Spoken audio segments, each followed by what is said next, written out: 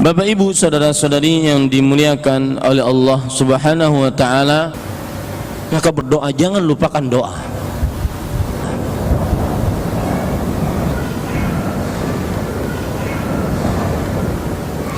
Kita berhadapan dengan Allah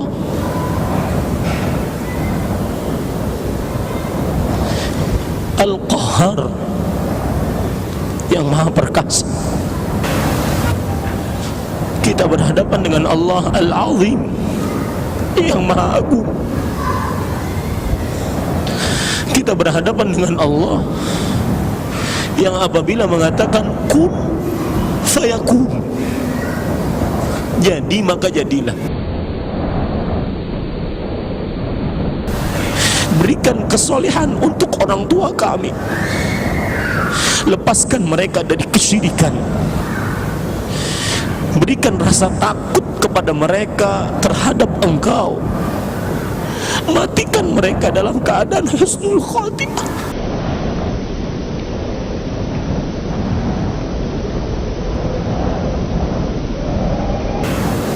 Tidak ada nikmat yang lebih luar biasa dibandingkan Engkau mewafatkan bapak ibu kami dalam keadaan husnul khatimah. Amin ya rabbal alamin. Bapak Ibu saudara-saudari yang dimuliakan oleh Allah Subhanahu wa taala, ya, makanya kalau ada anak dilahirkan kemudian anaknya keluarnya keribu, ini patut ditanyakan, ini anak keribu dari mana nih? Bapaknya ibunya lurus, tanya nih, ini datang dari mana ini? Atau keluar anaknya kulitnya warnanya putih tua. Putih tua itu Pak, istilah Banjarmasin. Hati-hati bagi laki-laki yang ingin menikahi wanita-wanita Banjarmasin. Kalau dikatakan warna kulitnya gimana sang perempuannya? Putih tua. Putih tua itu artinya hitam pekat.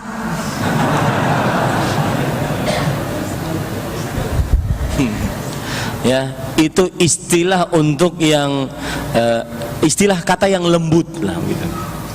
Ya, kalau keluar anaknya putih tua, sedangkan bapak ibunya putih atau minimal kuning langsat, ini kok hitam? Maka ini perlu ditanyakan, ini datang dari mana ini? Karena asalnya dzurriyyatan ba'duha min ba'd. Ya, kita tidak meragukan istri kita, tidak menuduh juga istri kita. Mungkin ada kakek neneknya yang keribu, ada kakek neneknya yang putih tua. Seperti itu. Intinya Bapak Ibu, bahwa keturunan mengikuti keturunannya. Mata, kelopak mata, alis, hidung, itu pasti akan mengikuti entah bapak ibunya atau kakek neneknya. Seperti itu. Bentuk gigi, seperti itu. Dan Allah Subhanahu wa ta'ala punya hikmah dalam hal itu, agar menjaga keturunan, ya, agar menjaga keturunan. Taib. Kemudian Bapak Ibu saudara-saudari, wal akhlaqil jamilah, dan akan terdapat kesamaan, keserupaan dalam akhlak yang baik. Makanya kalau orang tua mencontohkan yang buruk, anaknya pasti akan ikut. Jangan yang buruk, yang benar-benar baik saja anaknya akan ikut. Saya pernah punya anak namanya Abdullah, bukan pernah ya, saya punya anak namanya Abdullah, maksudnya pernah beliau berumur 2 tahunan. Adiknya namanya Suraya, umurnya waktu itu 1,5 tahun kalau tidak salah, 2,5 tahun atau antara sekitar itu. Ibunya sering buat kue di rumah, mungkin sering bikin adonan gitu ya, adonan. Anak ini melihat ibunya, oh kalau bikin adonan itu telurnya dipecahin, kemudian diadon pakai tepung, mentega. Dia ingin mencontoh ibunya. Ibunya lagi di kamar mandi, itu telur yang semuanya ada dikeluarkan oleh dia. Apa yang dia kerjakan? Dia bikin adonan. Adonannya di mana? Di atas karpet. 20 telur dia habisin semua. Subhanallah. Ya, itu satu kejadian. Yang kedua, mungkin anak saya Abdullah ini sering melihat ibunya nyuci piring. Kemudian nyuci piring, Sang Abdullah ingin mencontoh. Contohnya apa? Dia cuci, tapi dia salah cuci. Yang dicuci laptop saya. Oh, bang. Istri nelfon sambil nangis-nangis. Laptop satu-satunya sudah mereknya Casio. Tahu Casio, Pak? Casio orang. Ya, satu-satunya LCD-nya hancur. Nangis. Ya sudah, apa yang mau dibuat? Mau dimarahin nggak bisa. Ya, mau ditanya, "Kenapa kamu?" Dan ini ingat, perhatian kepada pendidikan anak. Jangan sampai kita mengatakan kepada sang anak kenapa untuk sesuatu yang belum anak kerjakan, atau kenapa untuk sesuatu yang anak sudah kerjakan. Karena itu akan mendidik anak menjadi seorang pembohong, pendusta, suka alibi. Misalkan anak mecahin kaca gelas, kenapa dipecahin? Emang 1000 kenapa bisa menjadikan gelas kembali? Enggak. Yang bisa adalah menjadikan anak itu menjadi tukang dusta. Dia akan mencari alasan agar tidak dimarahi orang-orang tuanya. Dan ini yang dicontohkan oleh Rasul sallallahu alaihi wasallam kepada Anas bin Malik radhiyallahu an. Anas bin Malik radhiyallahu anhu pernah mengatakan, qadamtu Rasulullah sallallahu alaihi wasallam 10 sinin atau 9 sinin. Aku pernah membantu Rasul sallallahu alaihi wasallam menjadi pembantu di rumah beliau 10 tahun. Ma qala li qat li syai'in fa'altu lima fa'alta. Rasul sallallahu alaihi wasallam tidak pernah mengatakan sama sekali untuk pekerjaan yang aku telah kerjakan, kenapa engkau kerjakan ini? Tidak. Wala qala li syai'in qat lima lam taf'al kadza. Dan tidak pernah juga mengatakan untuk sesuatu yang belum aku kerjakan, kenapa engkau belum kerjakan itu? Jauhi kata-kata kenapa. Tetapi apa yang beliau lakukan? Lalu Ustaz, kalau seandainya anak salah bagaimana? Lihat kejadian di zaman Rasulullah SAW. Suatu ketika Rasulullah SAW mengutus Anas bin Malik radhiyallahu anhu kepada sebuah keperluan, pergi ke pasar. Namanya anak-anak. Anas bin Malik termasuk gulam di zaman Rasulullah SAW. Gulam. Rasulullah SAW meninggal, beliau masih belasan tahun umurnya. Maka ketika diutus ke pasar, beliau melihat teman-temannya main, ikut main. Maka Rasulullah SAW mungkin kelamaan beliau mendatangi Anas. Kemudian beliau pegang tengkuknya. Kemudian beliau mengatakan, "Ya Anas, hal fa'alta lima amartuka bih?"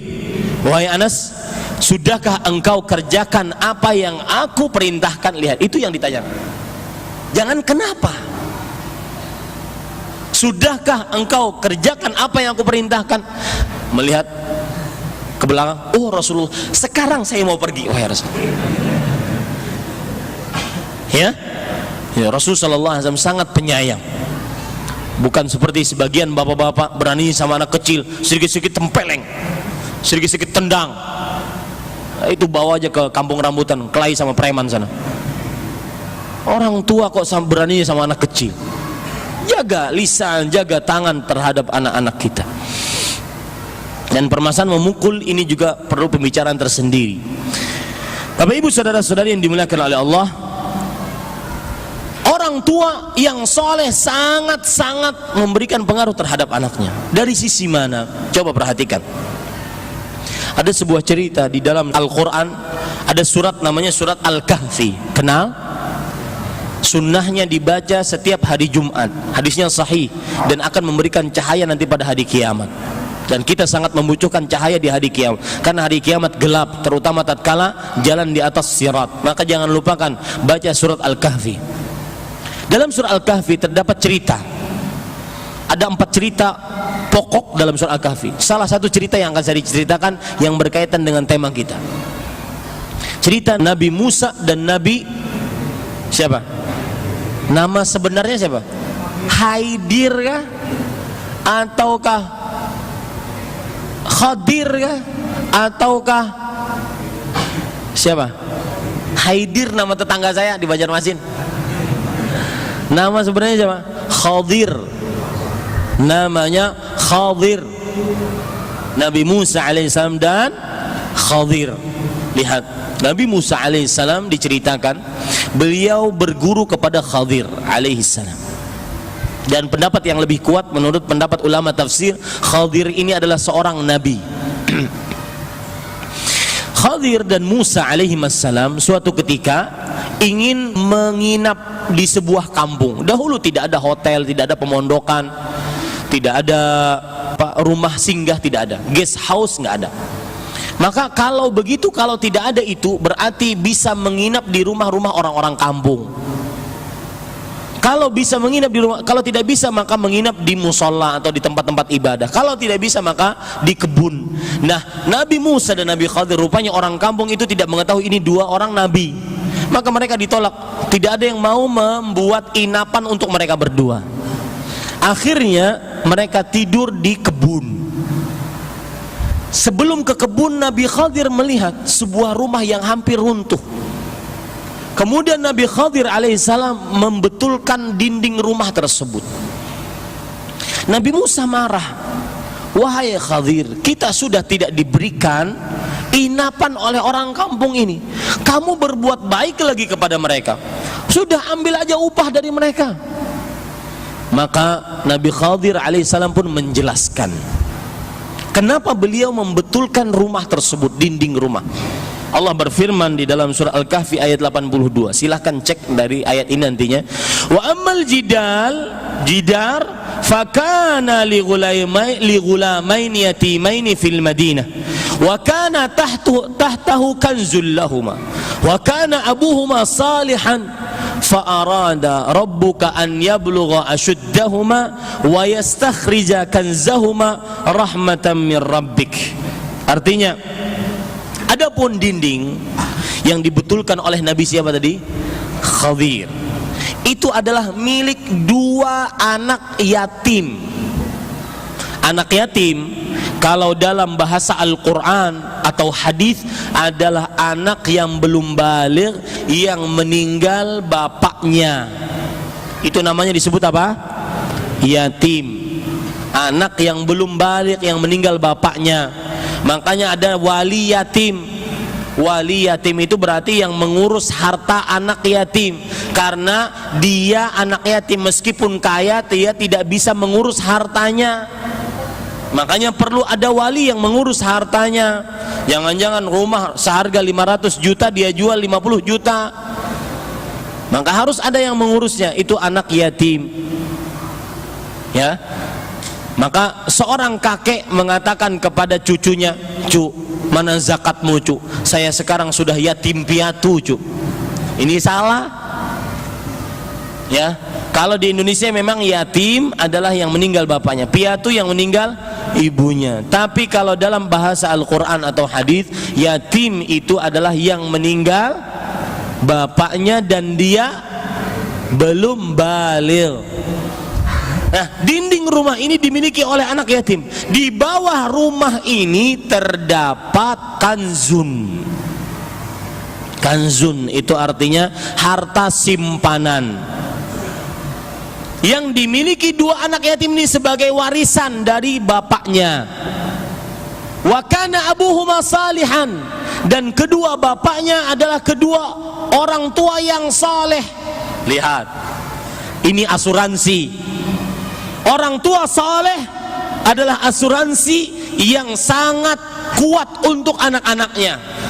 Meskipun sang bapak meninggal, maka harta peninggalan orang tuanya tetap dijaga, tetap terjaga.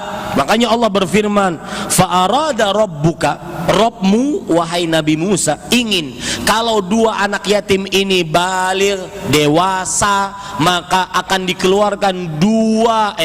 dikeluarkan apa? Harta simpanan tadi sebagai bekal untuk anak yatim tadi. Dalam ayat ini coba kita baca Bapak Ibu penjelasan dari tafsir Imam Ibnu Katsir sehingga kita paham apa yang saya maksud. Imam Ibnu Katsir mengatakan, fihi dalilun ala anna ar-rajul as-salih yuhfadhu fi dzurriyyatihi. Di dalam cerita ini terdapat sebuah bukti bahwa orang tua yang saleh maka akan menjaga keturunannya. keturunannya terjaga. Wa tashmalu barakata ibadatihi lahum fid dunya wal akhirah bi syafa'ati fihim wa raf'i darajatihim ila a'la darajatin fil jannah. Dan kesolihan orang tua mencakup pemberian syafaat kebaikan untuk anaknya di dunia dan di akhirat. Di dunia bagaimana? Coba lihat. Di dunia orang tuanya soleh, maka orang tuanya meninggalkan harta. Maka saya pesan Pak, ini asuransi untuk anak. Jadilah orang tua yang soleh, anak Anda akan dijaga oleh Allah. Dan itu makna ayat yang begitu banyak dalam Al-Quran. Allah berfirman, fala khaufun alaihim walahum yahzanun. Orang-orang yang beriman, beramal saleh, tidak takut atas mereka dan tidak sedih, tidak takut. Kata para ahli tafsir, mereka tidak takut. Orang-orang yang beriman dan beramal saleh tidak takut untuk menghadapi kehidupan setelah kematian, karena mereka pasti surga. Orang-orang yang beriman dan beramal saleh tidak sedih. Apa maksudnya? Mereka tidak sedih meninggalkan anak istrinya. Kenapa? Karena orang yang beriman dan beramal saleh akan dijaga oleh Allah anak dan istrinya. Ini asuransi Pak. Asuransi anak adalah menjadi orang tua yang saleh. Yang lebih luar biasa lagi Pak, sebelum lebih luar biasa, saya ingin mengupas apa sih kesolehan orang tua. Lihat, kesolehan orang tua kita bisa dapati ternyata di dalam harta simpanan yang disimpan. Apa harta simpanan yang disimpan? Kata Imam Ibnu Katsir, harta yang disimpan itu adalah kana lauhan min zahab. Dia adalah lempengan emas, maktubun fihi bismillahirrahmanirrahim, tertulis di atasnya bismillahirrahmanirrahim. Ini kesolehan orang tua. Berarti dia beriman kepada Allah. Ini kesolehan orang tua. Karena Allah berfirman, wa kana abuhuma salihan. Kedua orang tuanya saleh. Solehnya adalah dia beriman kepada Allah, taat kepada Allah, patuh kepada Allah, menjauhi larangan Allah. Itu kesolehan orang tua yang akan menjadi asuransi buat siapa Pak? Buat anak. Jaminan untuk anak. Asuransi anak yang terkuat adalah kesolehan orang tua. Catat itu baik-baik. Kalau perlu jadikan status di Facebook sana. Beritahukan kepada masyarakat banyak, maksud saya seperti itu. Asuransi paling kuat untuk anak, paling menjamin untuk anak adalah kesolihan orang tua, terutama akidahnya. Orang tua jangan rusak akidahnya, bermain syirik, main dukun, main jimat, ya, main tukang ramal. Jauhi, merusak akidah. Dan lebih luar biasa lagi ternyata apa Pak? Perhatikan, saya baca. Kata Abdullah bin Abbas dalam tafsir Imam Ibnu Katsir, hafidha bisalahi abihima. Kedua anak tersebut hartanya dijaga. Ini menunjukkan harta kan berarti perkara dunia. Berarti perkara dunia dan akhirat dijaga. Asuransinya dunia akhirat kalau orang tua soleh. Kedua anak tersebut dijaga disebabkan karena kesolehan orang tuanya. Belum selesai, walam yudhkar lahuma salahun wa taqaddama annahu kana al-abu sabi'. Ternyata Pak, ini anak orang tuanya yang soleh. Ternyata orang tuanya ini tidak terkenal dengan kesolehan. Yang terkenal apa? Kakeknya yang 7 turunan soleh. Berarti apa Pak? Orang tua yang soleh akan menjaga apa? 7 turunan anak dan cucunya. Asuransi terkuat untuk anak adalah kesolehan orang tua. Ini Bapak Ibu, saudara-saudari yang dimuliakan oleh Allah Subhanahu wa taala. Baik. Waktu saya tinggal 10 menit, saya ingin bahas yang keempat. Jalan orang tua menuju surga melalui anaknya adalah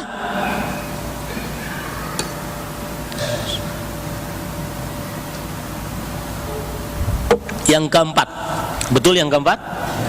Betul. Yang keempat yaitu mencontohkan yang baik terhadap anak-anaknya, baik ini dalam ucapan ataupun perbuatan. Maka ini adalah jalan bagi orang tua untuk masuk surga melalui atau dengan sebab anaknya. Dia kepada anaknya mencontohkan dengan contoh yang baik. Dan ini yang dilakukan oleh Rasul sallallahu alaihi wasallam. Makanya Allah berfirman di dalam surat Al-Ahzab ayat 21. Laqad kana lakum fi Rasulillah uswatun hasanah. Telah nampak bagi kalian di dalam diri Rasul sallallahu alaihi wasallam suri tauladan yang baik. Dan terbukti Pak, di dalam pendidikan, ya, metodologi pendidikan yang paling kuat adalah dengan contoh. Oleh karenanya Rasul sallallahu alaihi wasallam banyak sekali mencontohkan kepada para sahabatnya. Di antaranya cerita riwayat Bukhari dari Umar bin Abi Salamah. Ya, Umar bin Abi Salamah.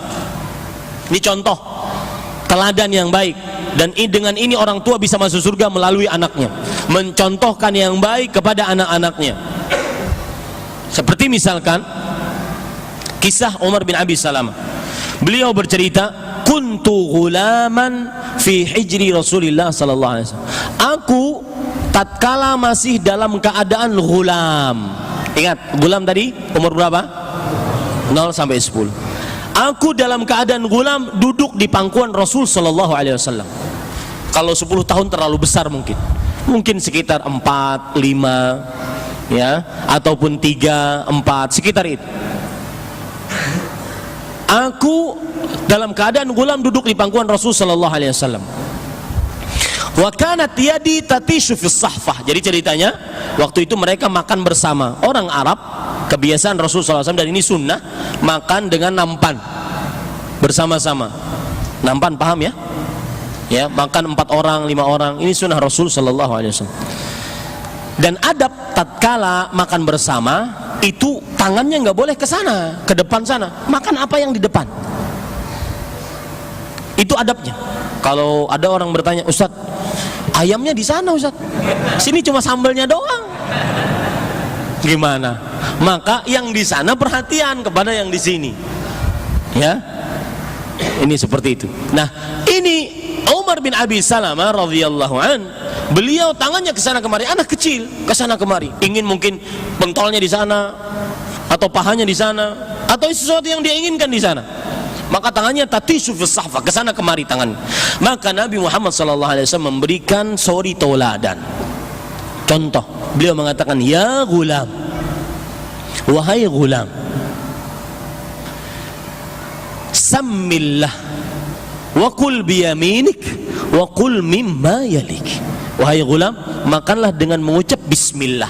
Beliau contohkan bismillah. Makanlah dengan tangan kanan. Beliau contohkan. Makanlah apa yang ada di depan. Beliau contohkan.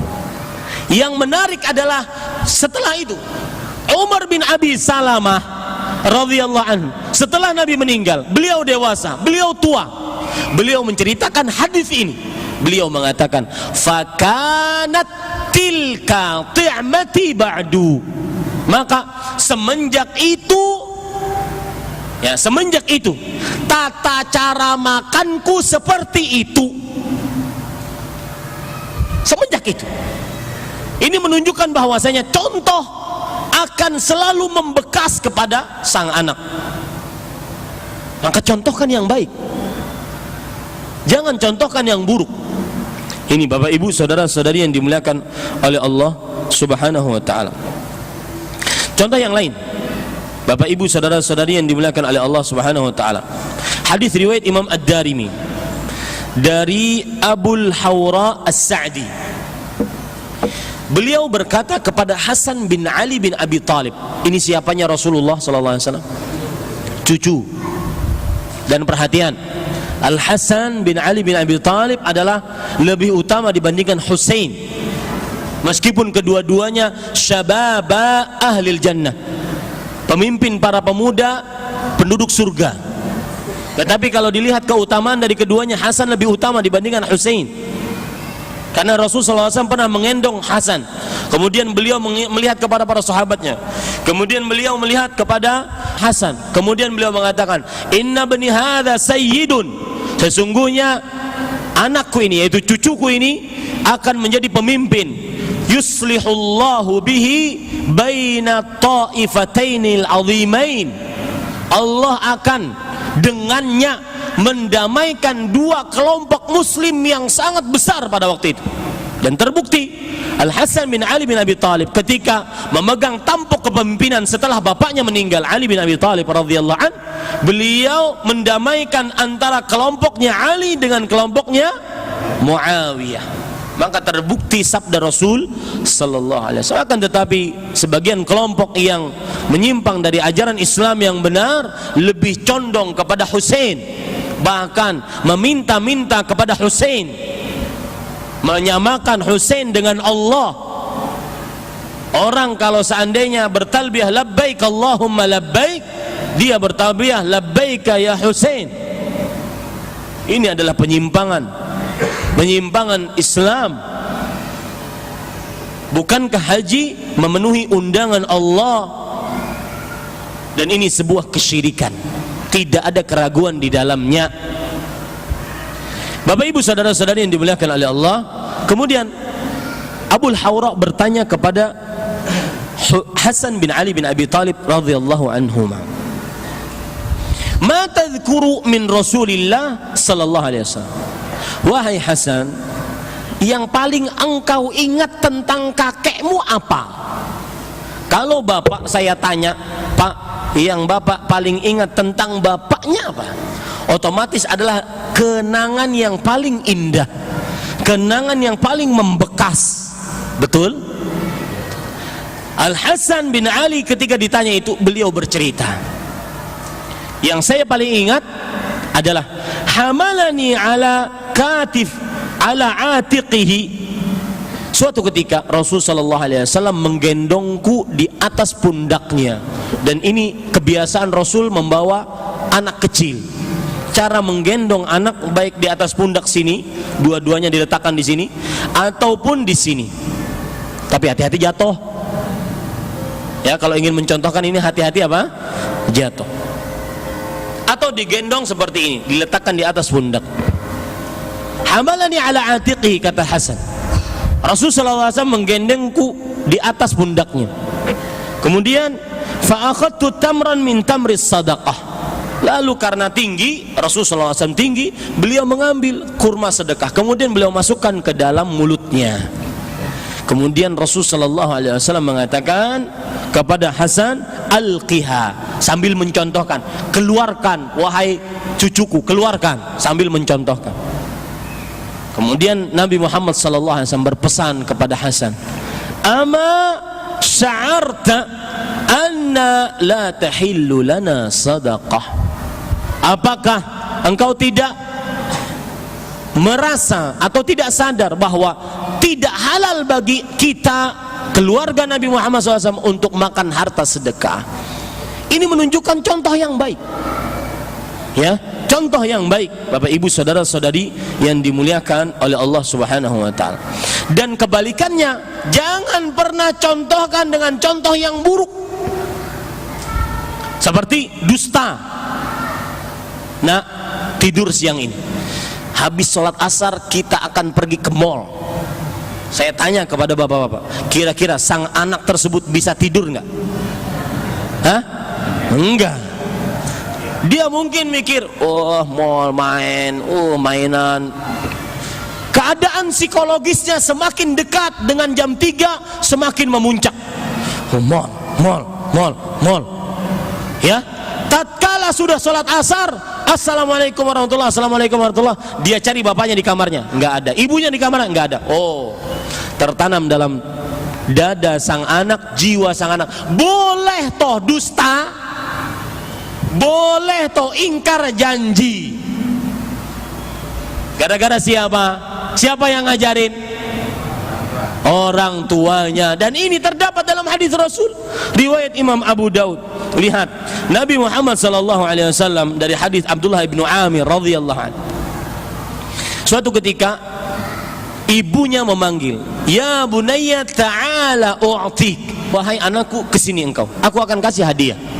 Rasulullah SAW ada di rumah Abdullah bin Amir pada waktu itu, mungkin bertamu.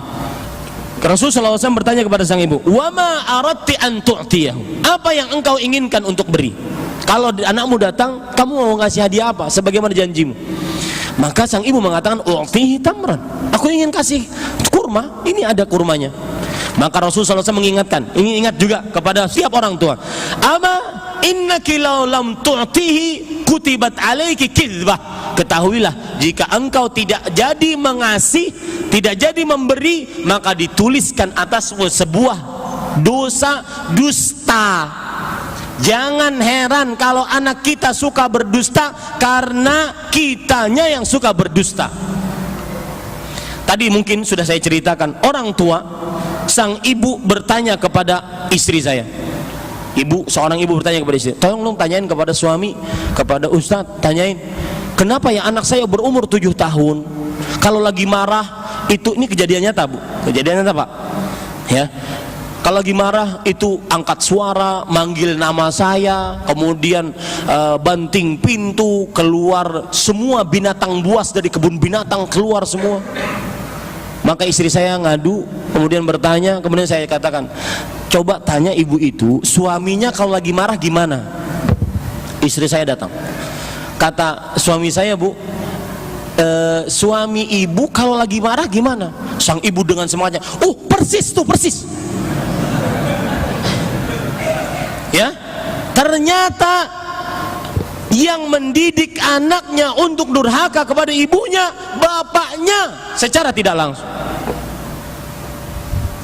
Maka hati-hati Bapak Ibu saudara-saudari yang dimuliakan oleh Allah, terutama panggilan-panggilan buruk. Lihat di dalam Al-Quran, lihat hadis Rasul, lihat dalam Al-Quran, "Ya bunayya," wahai anakku sayang, panggil dengan panggilan yang baik. Kalau di Arab biasanya orang memanggil kalau anak-anak kecil, "Ya batal," wahai pejuang sini. Jadi dia merasa ya batal. Atau diberikan kunyah, "Ya Abu Fulan." Anak kecil kasih kunyah agar dia dewasa, kita hormati. Lihat Rasulullah SAW, "Ya Aba Numair, ma fa'alan Nughair."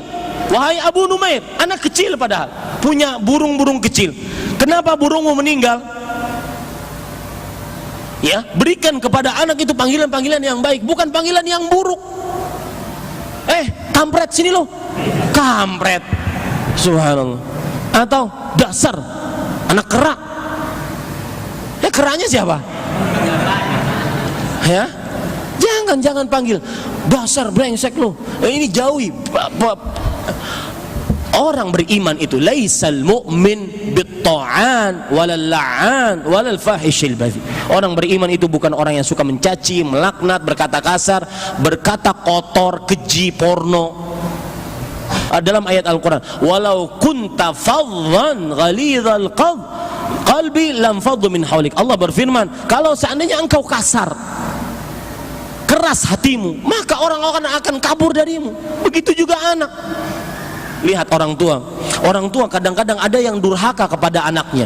Contoh, saya sering mendapati curhatan sang anak terhadap tentang orang tuanya. "Ustadz, benarkah orang tua boleh mengungkit-ungkit pemberian? Misalkan, kamu ini yang nyekolahin saya, habis gara-gara kamu aja. Dasar anak tidak tahu diri." Mencaci-caci. Ini nggak benar. Tidak benar orang tua. Meskipun Rasulullah SAW bersabda, ada seorang anak mengadukan bapaknya suka mencuri harta anaknya. Kemudian Rasulullah SAW mengatakan, "Anta wa maluka li abi." Kamu dan hartamu milik bapakmu. Meskipun demikian bukan berarti orang tua semena-mena mencaci-caci anaknya. Tidak boleh. Ya, jangan berkata-kata kasar. Terakhir Bapak Ibu, sebelum masuk pertanyaan, kalau ada pertanyaan silahkan dikasih ke sini. Terakhir, jalan orang tua masuk ke dalam surga melalui anak adalah dengan mendoakan sang anak. Ini terakhir yang kelima, mendoakan sang anak. Bapak Ibu saudara-saudari, jangan pernah remehkan doa orang tua. Doa orang tua itu bagaikan pedang yang sangat tajam. Dan saya berpesan, kalau anak Anda sakit, ya, jangan cepat-cepat kebawa kepada orang saleh. Betul, boleh, tidak mengapa. Orang saleh, ustadz kah, kiai kah, ya, boleh minta doa kepada mereka, asalkan doa yang benar-benar sesuai dengan petunjuk Rasul sallallahu alaihi wasallam. Boleh, silahkan. Tetapi kita sebagai orang tua jangan lupa kita juga mendoakan. Karena kenapa? Karena Rasul sallallahu alaihi wasallam bersabda, "Thalathu da'awatin mustajabat, la syakka fihin." 3 doa yang dikabulkan, tidak ada keraguan di dalamnya. Tidak ada keraguan. Itu hadis Rasul, kita harus percaya. Karena kita bersyahadat, tidak ada keraguan. Maka Nabi Muhammad sallallahu alaihi wasallam bersabda, salah satu doa yang dikabulkan, da'watul walid, doanya orang tua. Ini yang tidak ada keraguan di dalamnya, pasti dikabulkan. Dalam hadis yang lain Rasul sallallahu alaihi wasallam bersabda, "Thalathun la turaddu da'watum." 3 orang yang tidak ditolak doanya, yaitu da'watul walidi liwaladi, doanya orang tua untuk anaknya. Ini tidak pernah ditolak. Maka dia bagaikan pedang yang sangat kuat. Makanya Rasul sallallahu alaihi wasallam bersabda, jangan sampai kita mendoakan keburukan untuk anak kita. La tad'u ala anfusikum wala ala amwalikum wala ala auladikum. Jangan kalian doakan keburukan atas diri kalian, harta kalian, anak kalian, jangan. Karena itu adalah pasti dikabulkan. Lihat kisahnya Jurej. Jurej ini ahli ibadah. Ketika dia sholat, ibunya manggil, "Wa ya Jurej, ta'al, wahai Jurej, kesini." Dia bingung, ya Allah, sholat saya atau panggilan ibu saya? Sholat aja. 3 kali seperti itu, sang ibu marah. Kemudian ibunya berdoa, Allahumma la tumithu hatta yara wujuhal mumisat. Ya Allah, jangan matikan Jurej anakku sampai dia melihat wanita-wanita pelacur. Maka kemudian ada seorang pelacur di kampung itu mengatakan, saya bisa menggoda Jurej. Suatu ketika sang wanita pelacur tersebut mengatakan, wahai Jurej, saya ingin bertamu kepadamu. Jurej, ibunya saja manggil nggak mau, apalagi wanita pelacur, nggak digubris. Tapi yang jelas wanita pelacur tersebut sudah datang. Akhirnya apa? Sudah datang ke rumah Jurej, sudah datang ke tempat ibadah Jurej. Akhirnya tidak berapa lama wanita pelacur ini hamil. Orang kampung marah, ini ahli ibadah apaan, ustadz apaan, kiai apaan, menghamili perempuan. Kemudian kata sang Jurej, dan benar terbukti akhirnya, Jurej melihat kepada wanita pelacur tersebut. Kabul doa sang ibu. Maka hati-hati Pak, jaga lisan kita. Akhir cerita dari Jurej tersebut, Jurej akhirnya sholat 2 rakaat, kemudian bayi yang dikandung tadi lahir. Kemudian Jurej mengatakan, siapa bapakmu sebenarnya? Dan ini barokah ibadah. Siapa bapakmu sebenarnya?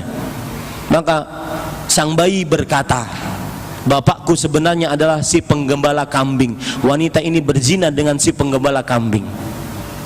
Tapi yang jelas yang menjadi pembicaraan kita, doa orang tua kabul. Jurej akhirnya melihat wajah wanita pelacur. Maka Pak, hati-hati lisan kita.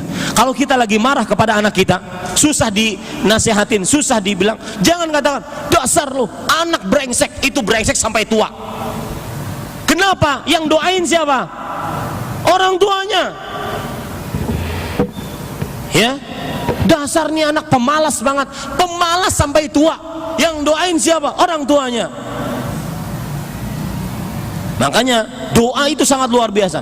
Jangan sesudah anak sudah ada, sebelum ada lagi produksi kita doa duluan. Wah Ustadz, anaknya udah 5, nggak pernah doa, gimana? Ya sudah, itu takdirnya. Doakan sekarang. Jangan pernah remehkan doa. Ada seorang ibu pernah berkata kepada saya habis kajian di Banjarmasin. Habis kajian beliau mencegat saya, Ustadz, tolong Ustadz, ruqyah anak saya. Mohon maaf Bu, saya bukan tidak bisa meruqyah, saya tidak meruqyah. Karena kalau seandainya saya buka praktek ruqyah, nggak sampai saya ke Bekasi, Pak. Orang akan ngantri depan rumah minta diruqyah. Paham ya? Nah, itu dia. Akhirnya, Bu, mohon maaf saya tidak meruqyah. Ibu sebagai ibunya lebih pantas untuk meruqyah. Karena Pak, bagaimanapun kalau kita pergi ke seseorang, pasti ada ketergantungan walau secuil, walau seperti besar jarum. Coba kalau kita berdoa sendiri, kita lebih tawakal kepada Allah. Ustaz, tahu nggak Ustaz, kalau dia lagi kesurupan kemasukan jin, itu memang jinnya apa, Bu? Jinnya Ustaz, singa Majapahit. Ini benar kejadian nyata. Kalau sudah kesurupan, Bu, tetap ibu mau cerita bagaimana saya tidak meruqyah. Tidak meruqyah. Maka Bapak Ibu, saudara-saudari, itu pelajaran bagi orang tua. Sengaja saya seperti itu. Kadang-kadang meruqyah ya, sesuai dengan kebutuhan, tetapi untuk orang tua ruqyah anaknya sendiri. Doakan. Ini yang ada kadang-kadang mendoakan keburukan, memanggil dengan panggilan yang buruk kepada sang anak. Maka itu 5 kiat orang tua masuk surga dengan anak. Sebenarnya masih ada PR 5 kiat orang tua masuk neraka, tapi jangan dianggap hutang ini ya, nanti panggil ustadz yang lain minta judul yang sama. Mudah-mudahan bermanfaat. Jazakumullahu khairan atas undangannya di Masjid Asy-Syuhada, terutama kepada DKM dan juga panitia kajian di Bekasi ini. Apa yang baiknya dari Allah Subhanahu wa taala. Sallallahu Nabi Muhammad walhamdulillah rabbil alamin.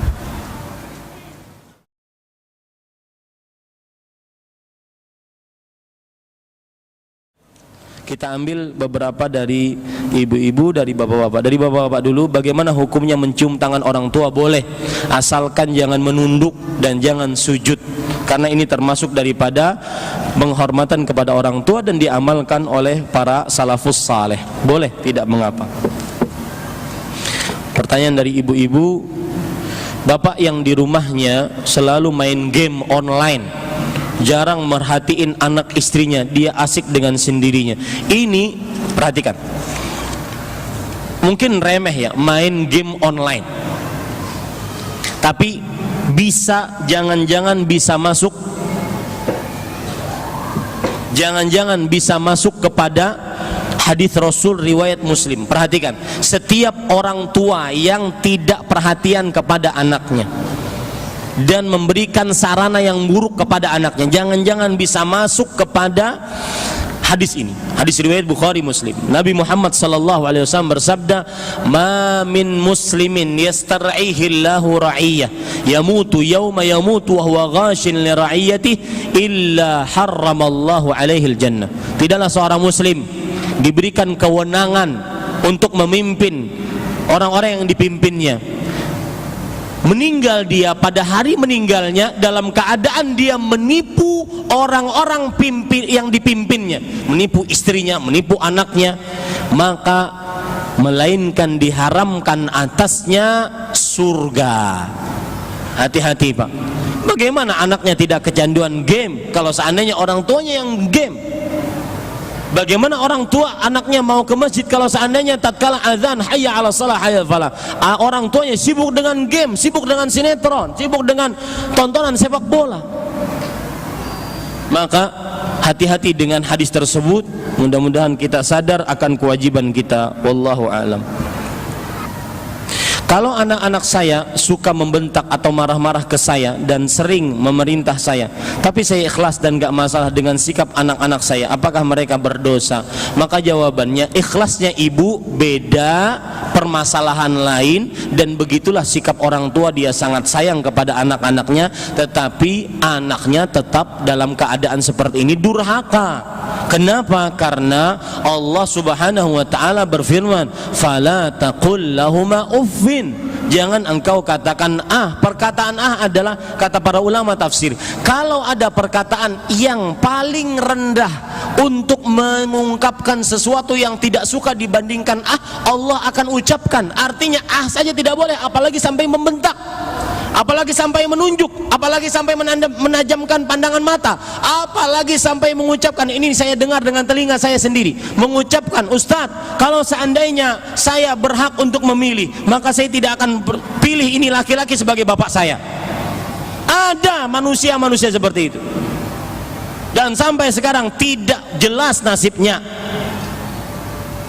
Pasti tidak akan beruntung, Pak, karena keridhaan Allah di tangan ridho orang tua. Ikhlasnya ibu beda dengan anak itu harus berbakti, tidak boleh durhaka, itu urusan lain. Memang orang tua sifatnya seperti itu, dia harus sabar dengan anaknya.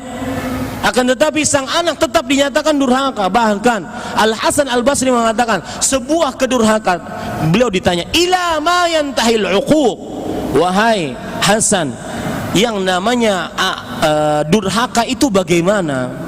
Maka Hasan mengatakan durhaka itu adalah puncak durhaka. Puncak durhaka adalah ketika seseorang menajamkan pandangan, melototkan pandangan, marah kepada orang tuanya.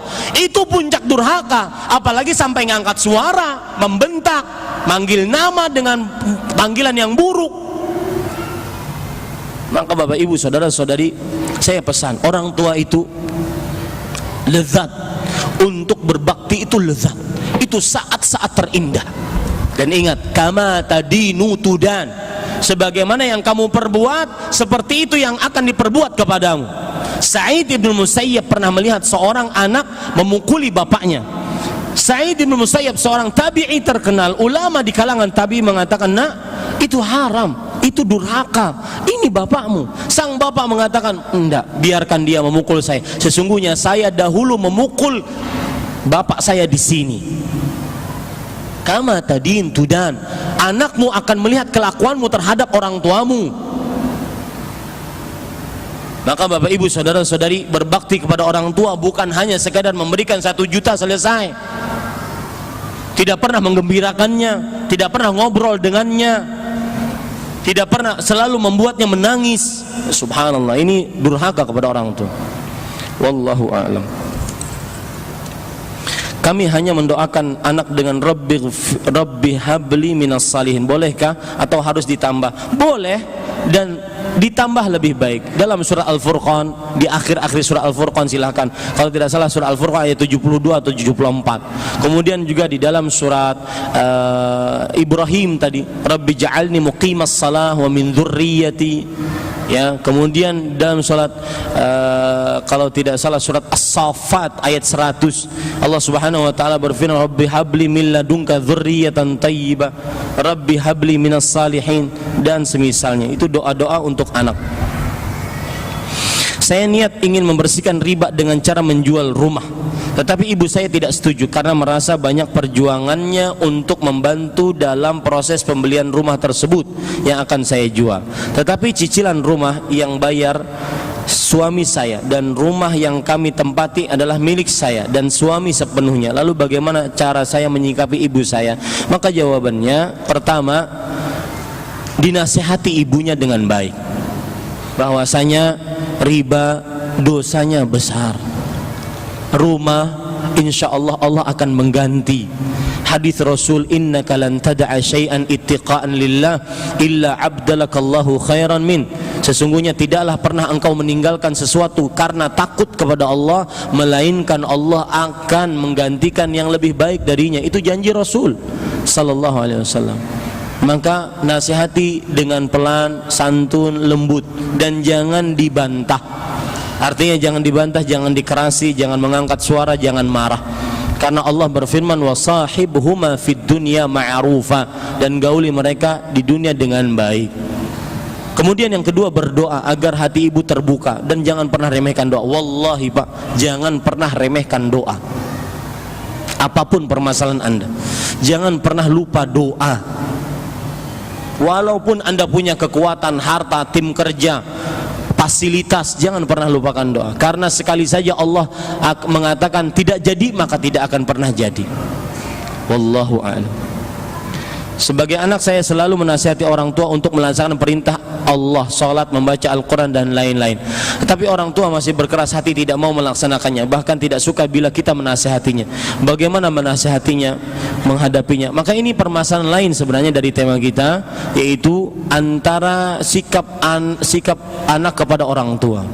Kalau kita bicarakan tadi sikap orang tua kepada anak, maka saya berpesan sama dengan jawaban tadi, yaitu berdoa, kemudian jadilah menjadi anak yang saleh, berbakti pada orang tua. Maka dengan kesolehan tersebut semoga orang tua kita luluh hatinya dan diberi petunjuk oleh Allah Subhanahu wa taala dengan nama-nama Allah yang husna dan sifat-sifatnya yang ulia. Saya paham sekali bahwasanya tatkala kita sebagai anak sudah mulai mengaji, sudah mulai kenal sunnah, sudah mulai belajar akidah yang benar, ingin menerapkan tujuan hidup kita akhirat, maka kita ingat orang tua kita.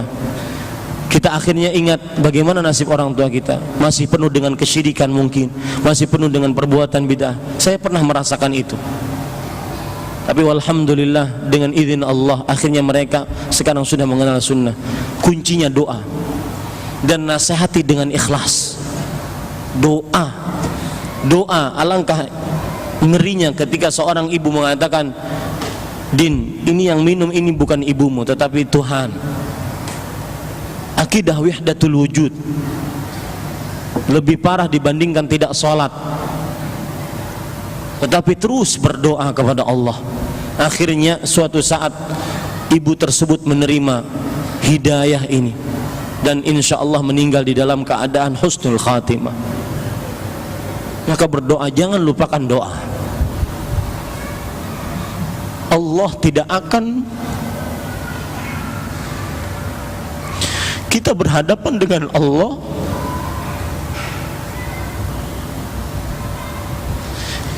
Al-Qahhar yang maha perkasa. Kita berhadapan dengan Allah Al-Azim yang maha agung. Kita berhadapan dengan Allah yang apabila mengatakan kun fayakun, jadi maka jadilah. Jangan lupa, jangan bosan-bosan untuk berdoa agar orang tua kita yang belum sholat. Saya paham betul perasaan itu, Pak. Saya pernah merasakannya, bahkan lebih parah dari itu. Yang belum berakidah yang benar, masih tertenggelam dengan kesyirikan, perbuatan bid'ah. Jangan lupakan doa. Lihat kelezatan dan keajaiban doa. Berdoa kepada Allah Subhanahu wa taala. Kemudian yang kedua, nasihati dengan ikhlas. Jangan berharap apa-apa kecuali hanya ridha Allah. Dan tidak ada bakti yang paling luar biasa bagi orang tua terhadap anak, dari orang tua terhadap, dari anak terhadap orang tua, dibandingkan mengeluarkan orang tua dari jurang kesyirikan, dari jurang perbuatan bid'ah kepada tauhid, cahaya iman, amal saleh yang sesuai dengan petunjuk Rasul sallallahu alaihi wasallam. Kita berdoa dengan nama-nama Allah yang husna dan sifat-sifatnya yang ulia. Wahai Allah, Engkau adalah zat yang apabila mengatakan kun fayakun. Wahai Allah, Engkaulah yang berfirman, Ud'uni astajib lakum, berdoalah kalian kepadaku, maka aku akan langsung kabulkan untuk kalian. Wahai Allah, Engkaulah yang berfirman, Idza sa'alaka ibadi anni fa inni qarib ujibu da'watad da'i idza da'an. Aku akan mengabulkan permintaan orang-orang yang berdoa kepadaku jika ia berdoa kepadaku. Maka saat ini wahai Allah, di majlis ini, di rumah Engkau, kami berdoa dengan nama-nama Allah yang husna dan sifat-sifat yang ulia. Berikan kesolehan untuk orang tua kami. Lepaskan mereka dari kesyirikan. Berikan rasa takut kepada mereka terhadap Engkau. Matikan mereka dalam keadaan husnul khatimah.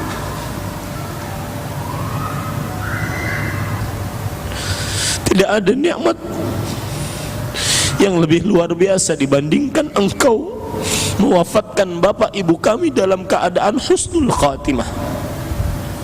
Amin ya rabbal alamin.